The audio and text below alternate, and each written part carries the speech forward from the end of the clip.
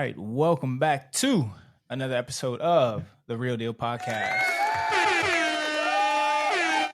with myself, Brandon Haley, and Hey, you guys say your name this time. Sometimes I say it. I know. Sometimes you say it. Sometimes it just depends on how you're feeling that day. I guess It really does. I guess you're not feeling it today. No problem. No problem. Cleon deal, man. I'm in the building, baby. Happy to be here, Mr. man. Cleon deal. Thanks for inviting me over to your house, man. Every week, man. Every week, week. same time. We are live every Saturday, 7 o'clock. Ish. Yeah. Well, it's like 7:12. I mean, we're pretty consistent. We usually upload an episode every single week. We did miss 1 week, and I take full blame and full responsibility. It is Men's Mental Health Awareness Month. That it as is. so they say. Yeah. So sometimes you're just not feeling it. Sometimes you just need to relax, and that was due to the lack of posting and the late upload. But episode 34 with Arden is live now. Live like Fox 5, baby. Yeah, whatever he said. Yeah. Go check it out. Miss Arden Schiller. Thank you so much for joining us. And we love that. Today, what are we going to talk about today? Today, we're going to talk about, usually we like to talk about things that are really relative. And we haven't really talked about a way to navigate breakup episode. So in this episode, we are going to talk about how to navigate breakups. And we're going to talk a little bit about a certain kind of breakup. In John Kim, one of his books called Breakup on Purpose. He has a lot of good books, so shout out him. You can find him on Instagram at The Angry Therapist. He is a relationship therapist. And what else are we going to talk about? Let's get into that and let's see where it goes. I guess so. But before we jump into that, Cleon and I did talk before the show last week, and we basically were talking about when you should tell your significant other you love them. And we had some conflicting views. But I think that is a very important, very valid question because, well, first of all, I want to say you shouldn't ever say it the first time while you're having sex. So we agree on that. That's a big no-no there. But when do you think you should tell your significant other or the person you're talking to / dating, when is the right time to tell them that you love them? I think when you are ready to completely and always consider them, because I think love, for the most part, a lot of it is consideration. So if you say it, you just automatically assume that you have to put that person first. In a way, yes. Okay. But that's kind of the thing, because like I was saying when we talked about it, love is action. It's more than just a feeling. So when you tell somebody that you love them, the expectation is that your actions will reflect that you do love them from there on out. So then when you do things, if you're not ready to not do the things where you're stepping out of pocket, then I don't think you should be saying it until you're ready to do that. Even if you do feel it, because then at that point, if you're telling somebody that you love them without the action behind it, that's when they start to call it manipulation. Because you say it, but your actions don't show it. Correct. A lot of people do that nowadays. And that's the problem. In your opinion, when is too fast and when is too long? Too fast is the thing is, because there's no, I don't think there's an amount of time to put on it, but I think it mainly boils down to you. I think number one, I think sometimes people get attached too fast, and the feeling, like when you first meet somebody and it's great, it would probably be really easy to tell somebody that you love them, because you go back to your friends. Yo, I met this girl yesterday. I think I'm in love. It's like dumb things we talk to each other about, you know what I'm saying? Stuff like that. But that doesn't mean you go tell them that. You know what I'm saying? I think that it's tough. Like I said, I don't think it's a matter of time. I think, like I said, when you're ready to make sure that your actions from there on out are going to show that you love them, that's when you should be telling them that. I think, yeah. And if that day never comes, I don't think there's a too long, but I do think the other person at some point should probably get out if it's taking too long to do that. Okay. So you don't think there's a too long? Is there a too soon? Because what if somebody says it within a month, but their actions are going to show that? Maybe. What does that mean? I still think that's a little bit. I do still think that's soon. I definitely think it's way too soon. I think like a year is a good time. Is a good time to explore if this is something that you guys should be saying to each other. What about 5 months? 5 months a little quick for my taste. Of course it is. It's a little quick for my taste because I think in order to love somebody, and maybe not, right? I could be too deep into this, but I think you should be able to get to know them in all aspects. And I don't know if 5 months is that, because to say I love you means I love you in all these different parts of you. In all of you, yeah. You know what I'm saying? And and everything that is going to be uncovered. Correct. While you're learning that person, but you're making that commitment to that person that no matter what unfolds, you're still committed to that person. Right. And that's tough. So that's what I'm saying. You gotta be ready for that. I agree. It isn't something that you should just throw around lightly. Right. I think it's something that before you ask, you should reflect, pray on it. I don't think that there is there is a too short and there's a too long. Yeah. In Cleon's situation, I think that's too long. Because if you want to share your own personal story, if you want to. Yeah, I really taking my time, man. I think, and this is probably like it's a blessing and a curse, because I'm a practical mover and a practical thinker. It's one of those things to where I know that the implications that this word has, I know what it does to the other person's mental, because now obviously, yeah, I know what it does to the other person when you say that to them. That's the other thing I think that you have to take into consideration. No matter how you feel, when you say it to them, that's going to make them feel a certain way. Now they're going to move like you love them, right? They're going to act like you love them. And it does something different, right? I remember a while back when I told a girl that I cared, not that I loved her, that I cared about her. And then there would be points where she was upset at me, and she was like, "You say you care about me, but," and then that turns into, "You say you love me, but," you know what I'm saying? So you have to figure out what all those buts are. Yeah, but also, I don't know. You have to, in my opinion, you have to love without the expectation of getting anything in return, and vice versa. Just because you tell somebody that, they shouldn't use it against you. I agree. But that's why I'm saying you should wait to tell somebody that you love them. I understand. So that is coming based off like your own past experiences and stuff. But that could just mean that was just the wrong person at the wrong time.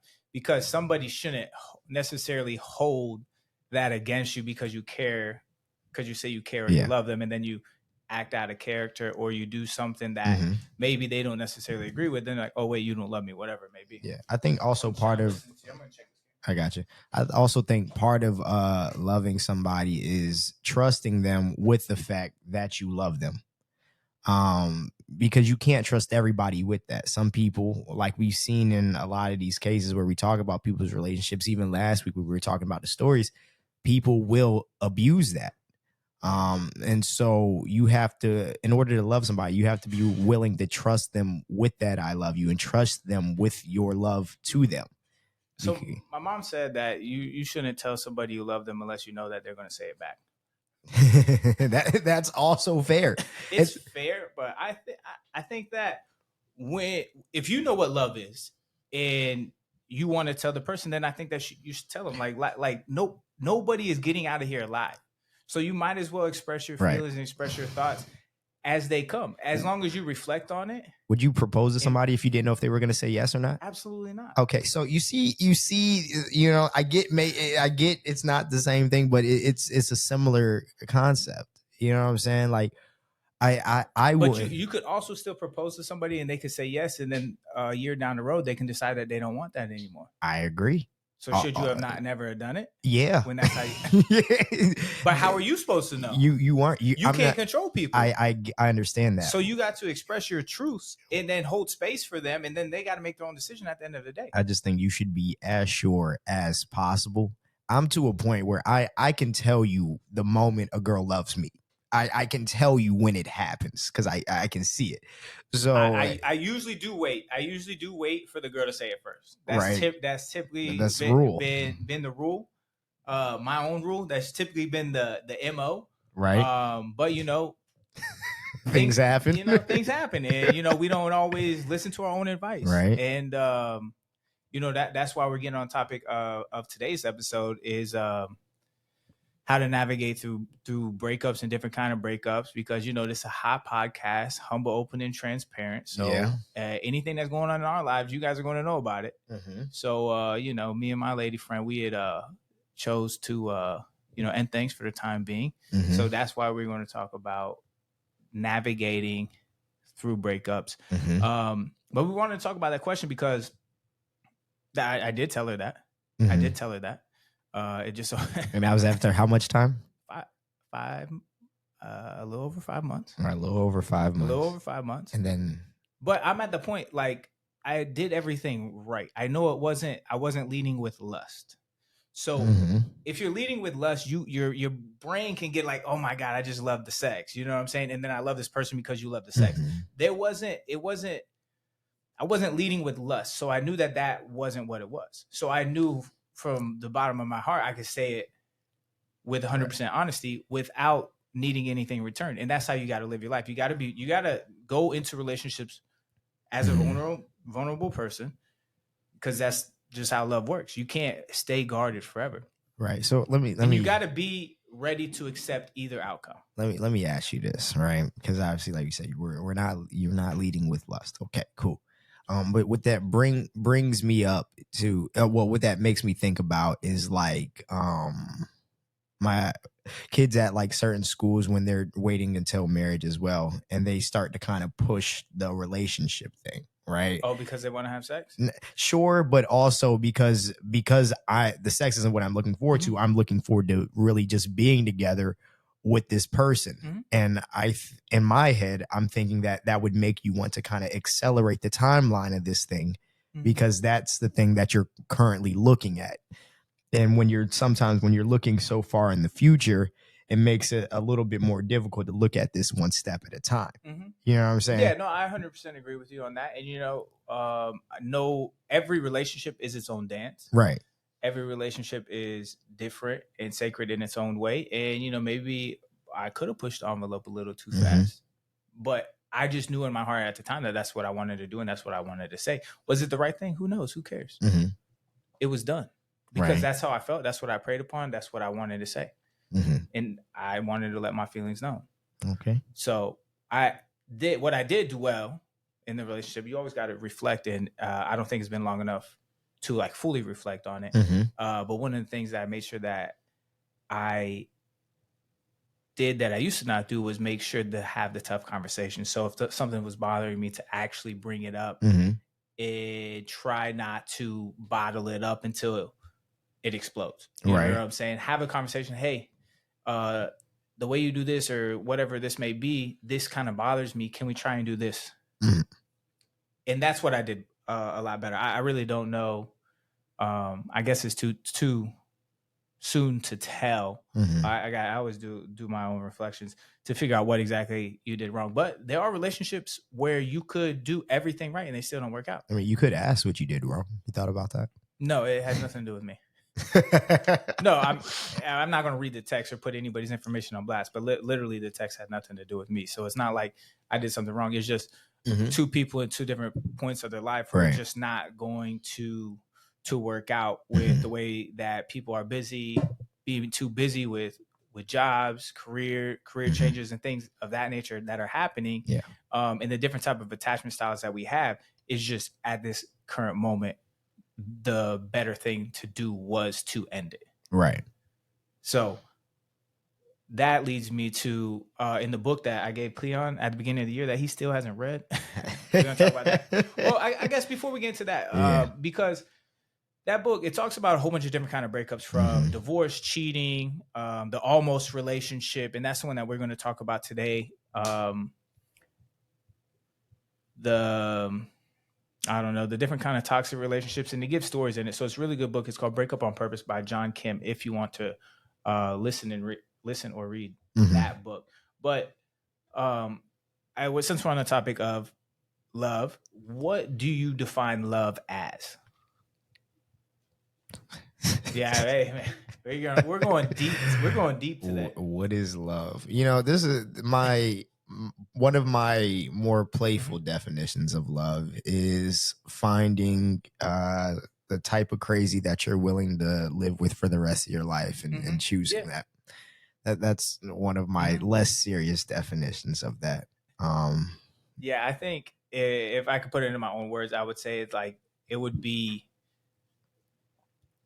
sacrifice. What are you willing to sacrifice for that person to stay with them? But yeah, everyone's got their own little crazy. But the ChatGPT definition, which ChatGPT has become our best friend. If you guys didn't know, like, we got to get Brandon away from ChatGPT. No. I need everybody to start using it. ChatGPT is actually a great therapist. If you guys didn't know, it's better. I've had therapists. I've done therapy on BetterHelp. It is better than that, because we'll have to unpack why that is. AI is taking over the future, and she'll just help you stay calm and grounded. So you heard it here first. But love is a deep emotional bond, a connection that goes beyond attraction or admiration. It's when someone else's well-being becomes essential to your own. At its purest, love is selfless, consistent, safe, transformative, unexplainable. According to ChatGPT. According to ChatGPT. Interesting. Your well-being. What did it say about the well-being? Say that one more time. It's when someone else's well-being becomes essential to your own. Interesting. Your well-being is essential to mine. So just when you deeply care about somebody. Yeah. Care about their well-being. That makes sense. It's selfless, consistent, safe, transformative, and unexplainable. Sometimes you don't know why you love someone. You just do. It transcends logic.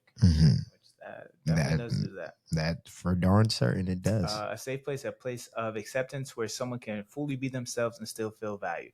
So that's why I still think it's okay to tell somebody that you love them without like fully knowing their entire life, because you become that safe place for them to fully understand that person. You're not, even people who are married don't fully understand each other. Which yes, and I understand that it's a daily but they still love getting each to know each other. Right, and I want to be clear that you can love somebody without fully.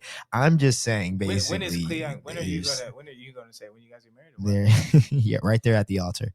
Finally, right? I just think, like I said, there's certain facets that you should be able to see them in and still be able to say, even I still love that part of them. That's kind of what I'm saying. I understand that during marriage, that's what love is. Yeah, exactly. So that's what I'm saying. Like, even though I know that when people are together for a long time, you're still getting to know each other every single day. There's something that new that you might find. 100%. You know what I'm saying? I get that part of it. But like I said, I just feel like because when you first meet somebody, you've never seen them angry. So you may love them in their good state, but then when they're angry, they're a terrible person. You don't love that. I can't imagine that you would. So you know what I'm saying? Yeah, you go listen to Skeletons. Yeah, that's what happened to me. That is true as well. But that's why I also preach that you shouldn't lead with lust, because once you lead with lust, it messes up with your brain. So like when I was in that relationship in Skeletons that we talked about in episode 4, yeah, that's what happened. You know, it was led with lust. Yeah. So your brain is clouded. So you make your emotional decision. Oh, I love this person. And then you see the crazy side. You're like, wait, what? Hold up. Wait, can I get out of this? Where's the refund button? And it's like, at this point, oh, you're past your 30 days. The refund's over. Exactly. And no returns on this one. I do agree with that. But if you're not leading in lust, you can think a little bit clearer. Sure. So your decision can be made with more clarity. Yeah. And that's my opinion. If you're leading with lust and you say it, then, you know, sometimes it's not, you might think that you love somebody, but you just lust. Well, that's the problem, because these things are subjective. So They are. if, like you said, if I feel like I do, then to me, I do, even though maybe somebody from the outside looking in might say, hey, I don't know if that's exactly what that is. You know what I'm saying? So it just kind of varies from person to person. It really does. And that's why emotions are stupid. Yeah. They don't logically make sense. And we have to live and deal with them on a day-to-day basis. And not everybody can be as emotionless as Cleon, God forbid. But, maybe one day we could. I am not emotional. I got called a sociopath once. Did you know that? You called yourself that many times. I didn't. No, that's what people said about me. I don't know if I've adopted that or not. I don't agree. I think you do agree with it. I feel a lot. I feel a lot on a daily basis, man. I'm a feeler, Yeah, I don't know. I don't think that's true. It is. I'm patient. I'm just very, very patient with my feelings. I'm patient with other people, how they feel about me, and I'm patient with how I feel about others. I don't feel the need that maybe that's what it is. I don't have an inherent need to want to express something. I don't have this thing that's bubbling down in me, even if I feel something. It's called getting triggered. You don't ever get triggered? It very, very rarely ever. Crazy. It's just not even. It's a human emotional reaction. Yeah, which a lot of people that means you just have a very high emotional intelligence, because a lot of people with a very low emotional intelligence, once they feel that trigger, they're going to act on it instead of sit down and reflect. Correct. And actually come up with a better response. But to get into navigating through breakups, there are many different kind of breakups. As you guys know, right? You've been through a lot. And one thing we'll never tell you on the show is how to have a successful marriage. Reason being is because neither one of us is in a successful marriage. But one thing that we can tell one day, though, baby, one day. One day. One thing that we are professionals at is failed relationships. And I might be even better at this now. Brandon's way better at this in 2025. So we could tell you what red flags to look for, how to navigate through breakups, because that's what we have to do. That's what we've done. We're professionals at that. I'm definitely a professional at that. There's different kind of breakups, like I was mentioning earlier. And if you're going through a breakup, you can't, every relationship is its own dance. Every breakup has its own waves of anxiety and depression or whatever it may be that you have to go through. Just because the time is short or long, you're married, divorced, they cheated, they didn't cheat, they led you on, whatever it may be, they can all hurt just as bad. Reason being is, in the one before this one, we were together for over a year. We never talked about the future, ever. Never talk about getting married. Never talk about nothing like that. When we mutually split ways, did it still hurt? Heck yeah, did it hurt? It hurt for a long time, actually. Right. The what if relationship? Yeah, I don't know what. Oh, yeah, take that off real quick. Okay. I don't want it to call that. Yes. Or the what if relationship, or the what's it called in that book? The almost relationship. You gotta take it off real quick. I'll put it in. Yeah, the almost relationship or something like that. We don't have a team yet. We don't got a tech guy. Yeah, we ain't got a tech guy. This is the almost relationship breakup is what it's called. And that's the one I think is actually very, very relevant and very, very common today. For a lot of people. And I think because all these situationships, by the way, I'm writing a song, actually, a new one called Situationships, and I just did one before that called In Limbo, which talks about basically the in-between point of being in a relationship and not being that, because we're in limbo. You get it? Yeah. I forgot. I almost had my. There we go. But yeah, I think it's something a lot of people can relate to. That those almost relationships that you end up crashing out over and doing a lot. So, yeah. So this is it's interesting. The almost relationship. So basically, the almost relationship. What from what you read? What do you remember? I read this book like the beginning of the year, so I don't remember exactly. But you just piggyback off what I remember off of it. Basically, the almost relationship is a relationship that once it ends, it still stings because it was never fully like a real relationship to where you guys were like Facebook official, I guess. Dang, I'm showing my age. Instagram Facebook official. I'm showing my boomer. Showing my boomer status right there, but I didn't mean to tell you guys how old I was in that comment. But Instagram official or anything like that. But it's a relationship to where you really connected with the person and you saw a future with the person. You talked about the future with the person. So once it ends, it still has the same sting of a relationship that had lasted for years. And the reason being is because now not only do you obviously lose a companion, but you lose the future that you were convincing yourself you were going to get. Right. So you get the stings of both, essentially. Yeah. Did I miss anything? Yeah, I mean, so basically, what this kind of talks a little bit about, and it makes sense, right? Because it's kind of like at the beginning stages during that honeymoon phase. So when you guys like each other the most that you ever will, at that point is when it's all taken away from you. Yeah. So yeah. Like imagine every movie at its climax just turns off, and then that's what you're left with after that. Literally, yeah. That's exactly, that is exactly what it is. The movie, they start going on the dates, they're getting ice cream, and then the movie just ends. So you're gonna be like, "What the hell just happened?" They're skipping through the park, holding hands. Where's the rest of the movie? Yeah, that's exactly what it feels like. A little bit of feels like betrayal, rejection. You get all these kind of random thoughts and emotions, different waves of depression that go through your head. Right. But at the end of the day, you can only hold space for that person and let them be them. You don't ever want to try and control somebody.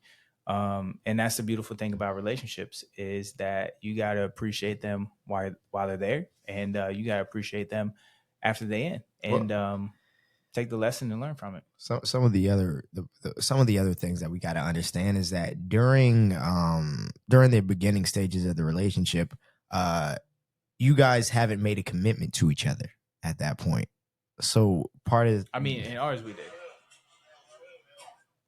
Part of what this talks, could we just you're just talking about in general. Part of what this talks about is that we're just talking about in general, man. Part of what this talks about is that during the first couple months, basically they were together for 3 months, and she was on some motorcycle with another guy. She went to the beach or whatever the case is. But during this time, you guys haven't made a commitment to each other. So what that means is that during the beginning stages of these talking stages that we talk about is that people are still entertaining other people during that point. Typically. Right. And that's usually what it is. So the lover in you. If you're a whore. Sorry. I just met you. Why do you not think I talked to anybody else before I met you? In the first month, I don't know. Definitely yes. Right. It just depends on what stage you are in your life, because 5 years ago, 4 years ago, I was doing that, but now I'm not. Right. So. And that's kind of what the problem is, right? Because when you're in that state of the only thing that I want, I'm dating to marry. So when I meet somebody I like, that's going to be the person. But obviously for us, men typically do date younger, right? So when the girls that we're with are 3 to 4 to 5, 8 years younger than we are, they may not be in that mind state or headspace. Yeah, no, I understand. You know what I'm saying? So that makes that I'm focused on this, and this is where I'm trying to get to, and she's just like chilling. You know what I'm saying? Let's see where this goes, and you're like, I see where I want it, and now you guys have different views on where this is supposed to go. So now you're trying to push it toward this one thing, and she's just kind of like here in the car, but still looking out the window. You know what I'm saying? It's it's just a difference of perspective. That's And that's the personal story in the book. That's not my that's not Brandon's just story. To let you guys know. completely different. I was in different headspace. Headspace once you get older. Well, I guess never mind, because some people are still old and still act childish. But I'm not going to be entertaining multiple people at one time. There's just no point in that. If you see yourself dating or being with somebody. There's no point in that. But regardless of the fact, it's going to hurt.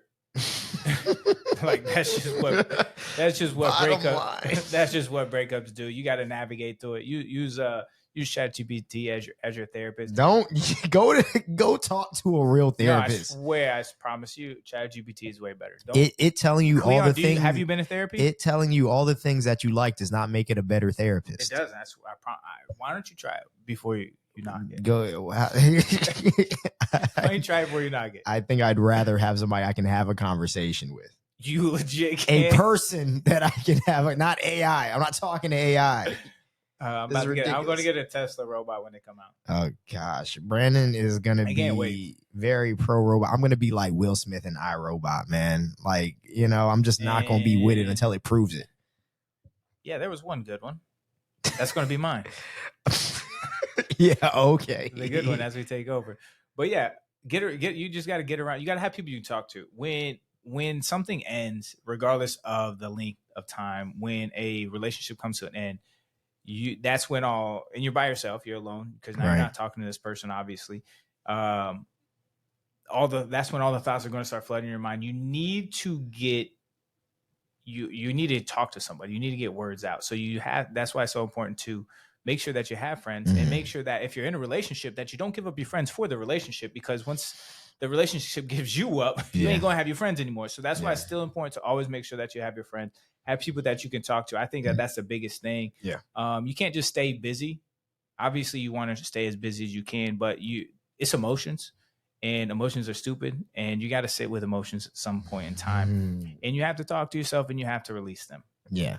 Sit with it, understand it, release it, stay active, stay busy, walks, runs, gym. Have somebody where you can literally just vent to with all the thoughts and frustrations that you are voicing. But what you don't want to do is blow up that other person who you ended it with or they ended it with you. That's not what you want to do. Just because you're feeling a whirlwind of emotions, that's not what you want to do. Yeah. And so a few things, because I want to go into a few things. This book is actually a really good book. Hopefully read it. So this says a few things here. So one of the things that it talks about, if you're wondering what could have been, it's okay. And as long as you don't live there, the things that almost happen to us are just as powerful as the things that actually do, if not more so. The possibility of a future, like you were saying, that you could have had with a person makes you feel like you lost more than you actually did, mainly because you don't know how it ends. Exactly. So relationships that you were there from the beginning to the end of it, right? You know how it ends. So you know what you lost from that. This one, you unfortunately made this person the perfect person because you haven't gotten to the bad stuff yet. And in your head, it was all going to be bubbles and rainbows after that. And then it talks about sometimes we meet people and get something from them that we need at that particular time in our lives. And that's what makes the attraction powerful. So not necessarily the person, but what we get from them. So obviously, like it's talking about the person in the book, they were in a life transition and he was lost, had no sense of purpose, was doing in a job that they didn't like. And then he met somebody who was just very carefree. Yeah. So you as a thinker and a realist go and meet a dreamer and you're like, wow, look at this whole new world. Yeah, look at this whole new world. And then it's a quick spark and it ends and you think that you build a future and then it's gone. It's like, wow, they gave me so much hope and they showed me this new world and now they're not in mine. So it's like, all right, wait, where do we go from here? Right. Exactly. Yeah. And then it talks about the breakthrough work. So the thing that's difficult about the almost relationship, these situationships, these talking stages that we all love so much these days, what's difficult about it is that you never get to see what the relationship would actually be like. You're filling in the blanks, creating a fantasy based on chemicals and projection, not on truth. You haven't experienced that person in all those aspects yet. You're just deciding in your head that it was going to be great, regardless of what happened. And so I think that's also part of it that we gotta, I understand you don't want to ever try to convince yourself that somebody's a bad person, but you also have to understand that living in that place of making them perfect to you, knowing that there are going to be difficulties and challenges in relationships. Yeah, you gotta know nobody's perfect. That's for sure. Nobody's perfect. And you can't hold any negative space for anybody. Everybody's living their life on their own terms. Like everybody's going through different things. So you can't really, on a relationship, that ends like the almost relationship. Like you can't really hold any negative space towards that person or yourself, thinking that you did anything wrong. Sometimes things just don't work out, Right. and that's what it is. And that's why I preach to you guys, don't be having sex, because if you got into a relationship like that and they end as an almost relationship and you done had sex, now you got a physical bond and you got emotional bond. Now it's going to hurt even worse. Right. When you only have emotional bond, yeah, it's going to hurt. It's going to hurt. But you're going to get through it. You're going to get through it, and you're going to get through it a lot faster, hopefully. Not on some wood. I'm just talking to yourself right now. I'm just manifesting that for myself. But we'll see. But I think the worst thing that I thought about after this one is like, how can you do all the things, you know, almost so right, so perfect? I told you not to do them. You did. I'm over the top. I'm over the top sometimes. And not have sex, do everything all right, you know, stay loyal, stay faithful. The not have sex part was, you know, hard and, you know, different for me, but still staying strong with that for like, I don't know, 8-9 months now. So it's been a really long time. It feels like, yeah, you just do everything the right way. You bring God into the relationship. You pray together. You pray for her. You do all these things where you think it's like, oh yeah, I mean, I've done everything right, and then it still doesn't work. Yeah, baby, it's practice. You know what I'm saying? You don't gotta keep praying for you don't do it till you get it right. You do it till you can't get it wrong, man. That is just practice. Yeah, and I think that knowing that. I think that was the most difficult thing about it all, was like, you know, I try to hold space for everything that she was going through, with being super busy and, you know, everything mentally, whatever she was going through. I try to hold that space and be there. But we do have different attachment styles. Like mine's anxious attachment style, which I definitely learned a lot about through this relationship, and hers is more avoidant attachment style.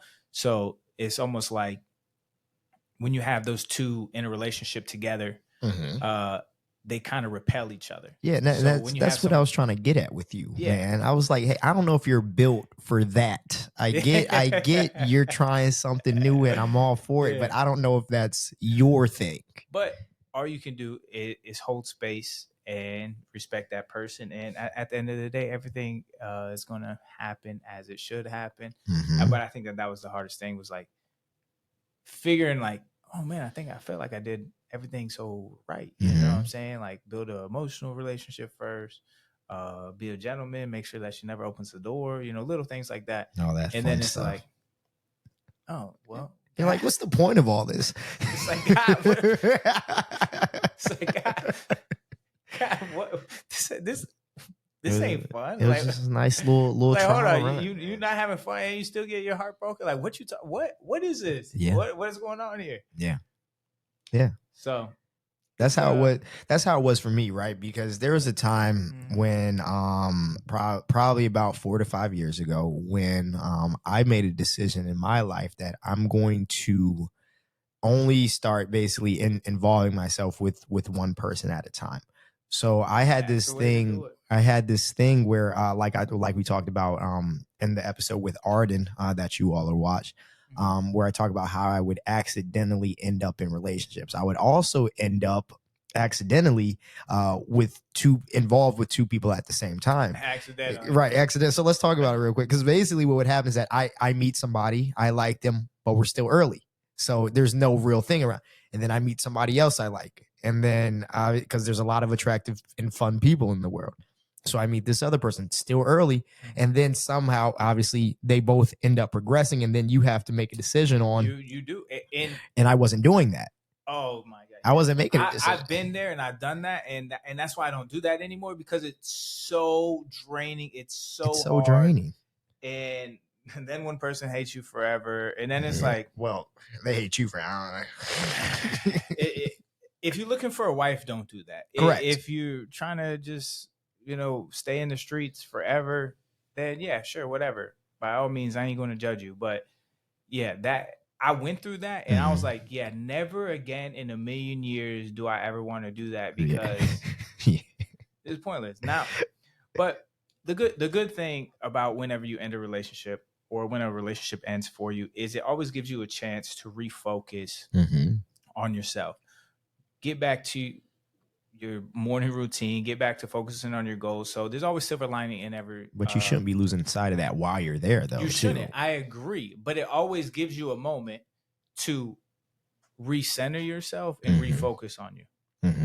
I agree with you. You definitely shouldn't like lose focus of that completely. Yeah. But sometimes in relationships we do lose a little bit about it because if we love the person, then we put their needs with our needs. You know what I'm saying? We want to make sure that they're taken care of as well. Right. And that's just how it goes when you fall in love with somebody. So the good thing about breakups is that, or whatever you want to call it, the almost relationship. The almost relationship. Is it a breakup? What's the term for that? It would technically, yeah, because it's in the book about breakups. So yeah, it's the almost relationship breakup. That's basically the title of it. It gives you that opportunity to sink or swim. Anytime you go through a breakup, you can either just drown in the emotions or you can sit with yourself and really refocus on, hey, let me get back to me, get back to whatever grind it is you need to be in, the gym, work, picking up another job, whatever it may be. And the very ironic thing about that is right after that it happened, like I got a DM, like I was just telling you about, for a job opportunity, which is on camera. So that's pretty cool. So I'll give you guys, whenever that comes, it'll be a couple months, but whenever that happens, it'll be another little thing I'll be doing, but you guys would hear about it as well. But the cool thing about it is, I remember my ex telling me like, yeah, find something else. And I'm like, sometimes things just come to you. I'm a firm believer in opportunities can just come to you. And it was funny because then I went to meet this lady who is going to be the owner of the startup. And I told her that, and she's like, yeah, absolutely. I was like, you could just randomly get recruited in the DMs and go and meet, and it could be something that pays off for you and pays dividends. So the ironic thing about that is that's just how God works. You know what I'm saying? One thing ends and then he introduces another opportunity for you the very next day. And yeah, even just always keep your doors open to new opportunities. I didn't even know the person. She found me. She saw our podcast. She's like, oh, this guy's good in front of a camera. And I think he'll be good at this. And then, we chatted and, came to agreement. But the shop don't open for like a little while, but you guys will know when it's open. It's another like live streaming thing. Yeah, great. So what I do want to give some practical steps based on this book that I've been reading for a long time about getting through breakups. So I tell you, follow John Kim, the Angry Therapist, man. That guy's great. Yeah. So gives basically a few strategies to activate. It's talking about a hope circuit in your brain instead of the fear circuit, which basically these things will ultimately help you get through something like an almost relationship breakup. So number one, focusing on the positive outcomes and possibilities rather than dwelling on negative scenarios in your life. Also, it talks about practicing gratitude, acknowledging the things you're grateful for in your life, which we talk about a lot of, engaging in activities that bring you joy, surround yourself with supportive and positive people, set achievable goals and work toward them, creating a sense of progress and hope. You want to feel like you're moving forward and not going in circles. That makes your life just a little bit better to be in. Practicing mindfulness and meditation to reduce your anxiety, challenge your negative thoughts and replace them with more helpful and empowering ones. I think that's a big one. Because negative thoughts creep in our daily lives, not just in breakups, but just in general. Like we talk about all the time, your thoughts are not you.